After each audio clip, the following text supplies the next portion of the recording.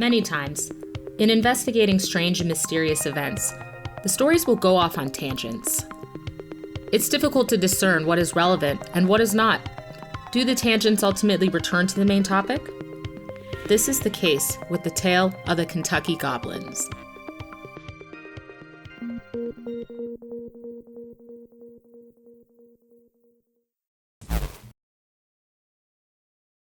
The actual tale begins in 1955, between Hopkinsville and Kelly, Kentucky.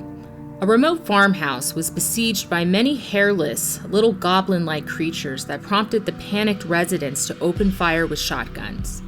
The house was owned by the Suttons, who had friends over for a get-together that night. Ultimately, 5 harried adults and a few children showed up at the Hopkinsville Police Department with a wild story that their 3-room house had been attacked by miniature alien creatures. The family had been fending off the assault with gunfire for nearly 4 hours. Elmer Sutton and Billy Ray Taylor claimed that 12 to 15 short, dark creatures were at the doors and windows, scaring all those inside half to death. They described the creatures as 4 foot tall with long, skinny arms that hung down to their ankles. They had eyes that seemed to glow in the dark. They also had very pointy ears. As most would imagine, the police blew off the report as a hoax. But as word spread, people had all kinds of theories as to what the supposed aliens were. Ideas included great horned owls, space aliens, and goblins. The military suggested they were silver-painted circus monkeys. The little beasts seemed to just disappear without a trace for about 50 years. By 2012, there was a defunct website that some friends created and never removed from the internet called Ghost Hunters Incorporated. One of the founding members of that site was a ghost hunter named Greg Newkirk. Greg had moved on to bigger and better things by the time a bizarre email appeared on the website. On April 22, 2012, there was an urgent plea from a terrified man named David, who told of his home in eastern Kentucky, hundreds of miles from Hopkinsville, being under attack every night by little 3-toed creatures. They seemed to be coming from an abandoned mine shaft at the back of his property. The house was near Hellier, Kentucky, close to the border of West Virginia. He described the little creatures as small and childlike, with no facial features. Their eyes were large, black, and oily. He claimed that there were many of them, and that they seemed to use chirping noises coming from their throats to communicate with each other. They appeared to delight in peering through the windows and scaring the children. David resorted to keeping his dog inside because it would bark itself hoarse at something lurking in the woods. Every morning, his yard was all in disarray, and some of his kids' toys were moved around or gone altogether. He had reported it to the police, but they also dismissed it. There were small footprints that resembled a human's, but without the heel. The state police were dispatched after several pleas with the police, and they determined it was wild animals. David was assured that they certainly were not wild animals. He was at his wit's end, and the family was terrified. He received the website address from a mutual friend. Newkirk thought it was a joke, and absent-mindedly replied, asking for more information and any evidence the man had to back this outlandish claim. Newkirk then created the Alien Cave Task Force for a laugh. Then he saw a reply from David. This time, David gave better descriptions and was clearly out of his mind with fear.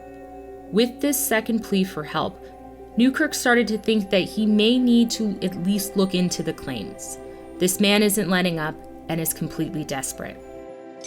After doing some digging, Newkirk discovered that eastern Kentucky is a relative hotbed of alien and otherwise unexplained sightings. A local task force had even contacted the state police, and their reply was that space aliens are reported all the time. Armed with this interesting information, Newkirk again contacted David, asking for more evidence. There was no response from David until mid-June 2012. Apologizing for the delay, he explained his family had finally packed up and moved out of state to live with his wife's sister. David and his brother-in-law had returned to the house in Hellier to get some things they needed, and although the house appeared to be fine, there were footprints leading through the woods, along a stream to the entrance of a cave at the back of his property. To make matters worse, some of his kids' toys were scattered around outside the cave entrance. Even though he was terrified, he took pictures of the footprints and attached them to the email. And the mutual friend was a man named Terry Wrist. Newkirk posted the pictures to a website, and viewers theorized the origins of the bizarre prints. Theories ranged from wild hog tracks, bear tracks, three-toed humans, and even Sasquatch. One suggested it was a man on stilts with monster feet stuck on the end.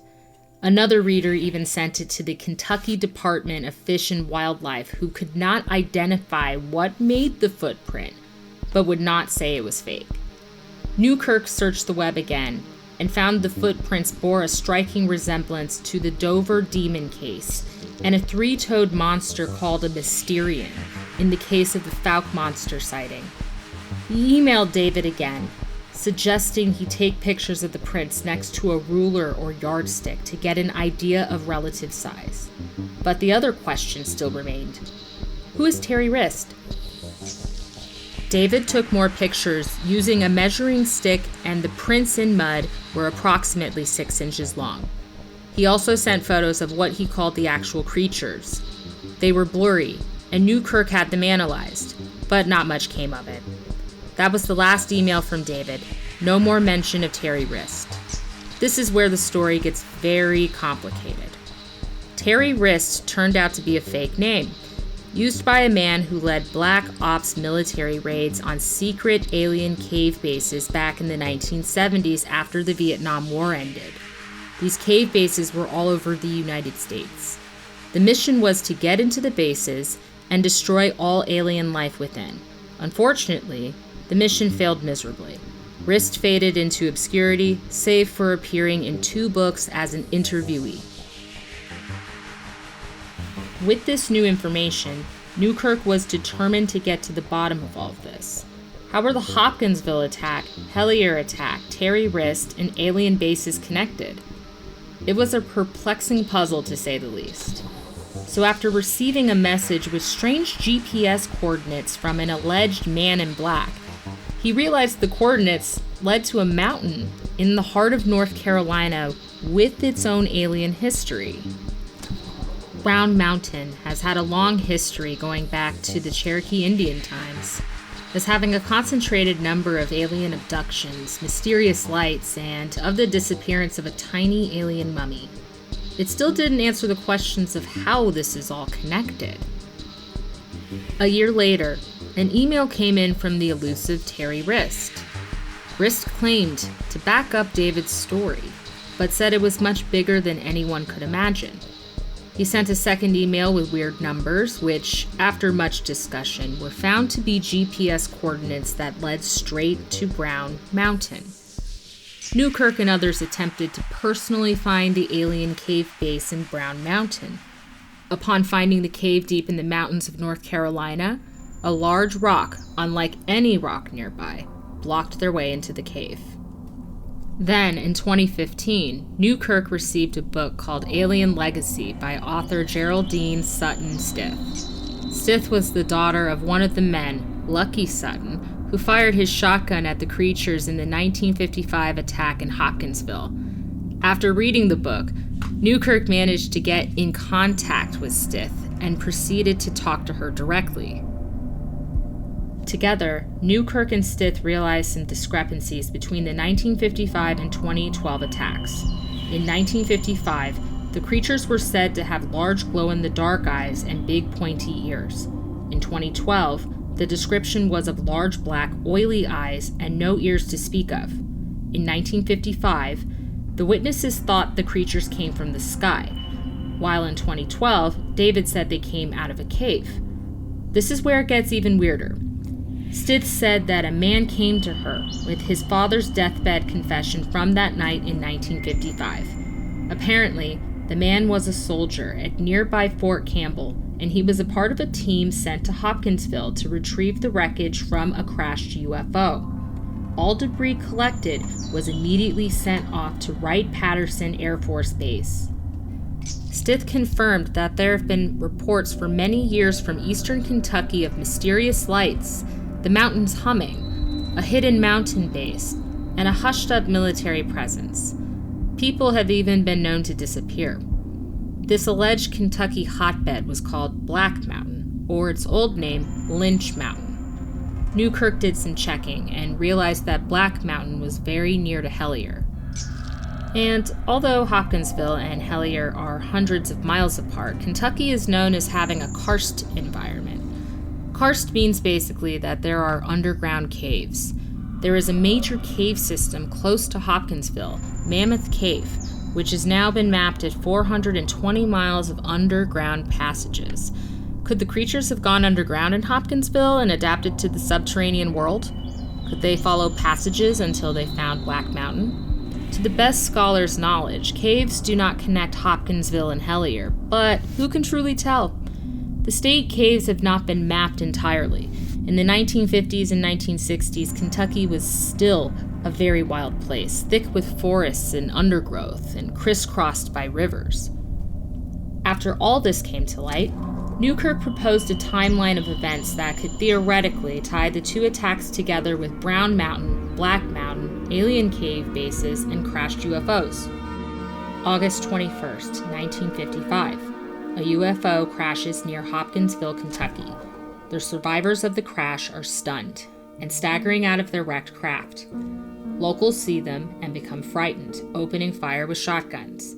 In the ensuing confusion, military personnel gather up the wreckage and ship it off. The crash survivors have nowhere to go except to find shelter in a cave. Over the next 10 years or so, maybe, and this is pure speculation, they picked up some of their fellow crash survivors and adapted to the caves, following them and forest cover as far as North Carolina. Were the pointy ears and glowing eyes part of a spacesuit they no longer needed?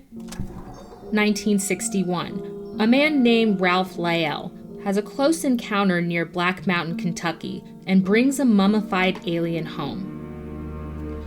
1970s. Alan Greenfield goes to Black Mountain to meet Ralph Lyell, but is approached by a man in black in his hotel room who tried to discredit Lyell as being a drunken moonshiner.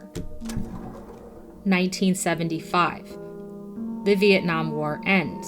Terry Rist is sent to infiltrate alien cave bases throughout the United States. He leads a Black Ops team that is trained to destroy any life forms they find. Mission fails. 1980s. Ralph Lyell dies, his shop is bulldozed, and the alien mummy disappears. It has not been seen since. Late 2011. A family near Hellier, Kentucky is terrorized by goblin-like creatures who may have come from Black Mountain.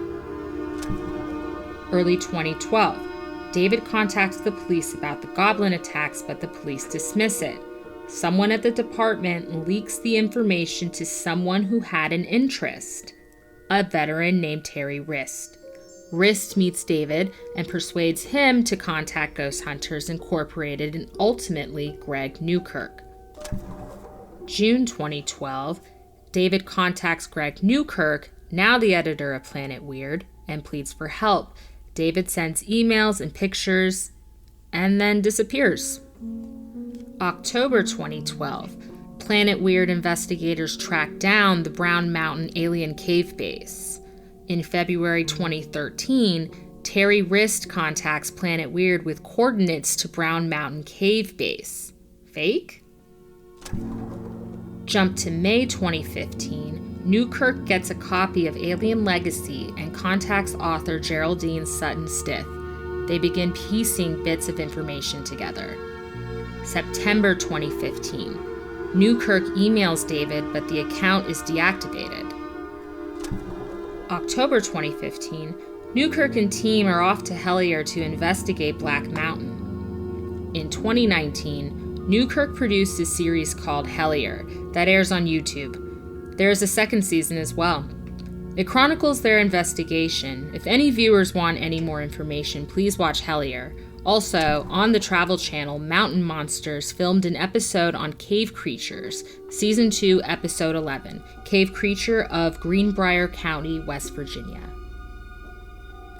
All in all, we may never know how the creatures got from Hopkinsville to Hellier or to Greenbrier County, West Virginia, or even if they are connected. However, one explanation is as plausible as the next, and investigators will keep these stories on their radar for many years to come. My name is Ashley, and thank you so much for watching. We're a group of curious and passionate humans creating documentary-style content for those who share our curiosity, ask questions, and seek to dig deeper in a world where almost everything isn't quite what it seems. We are Mystery Syndicate. If you like what we do, please consider subscribing to our YouTube channel, leave a comment, and give this video a like. And to be notified when we post new videos, hit that notification bell. Also, check us out on Facebook, Instagram, Twitter, TikTok, and Patreon.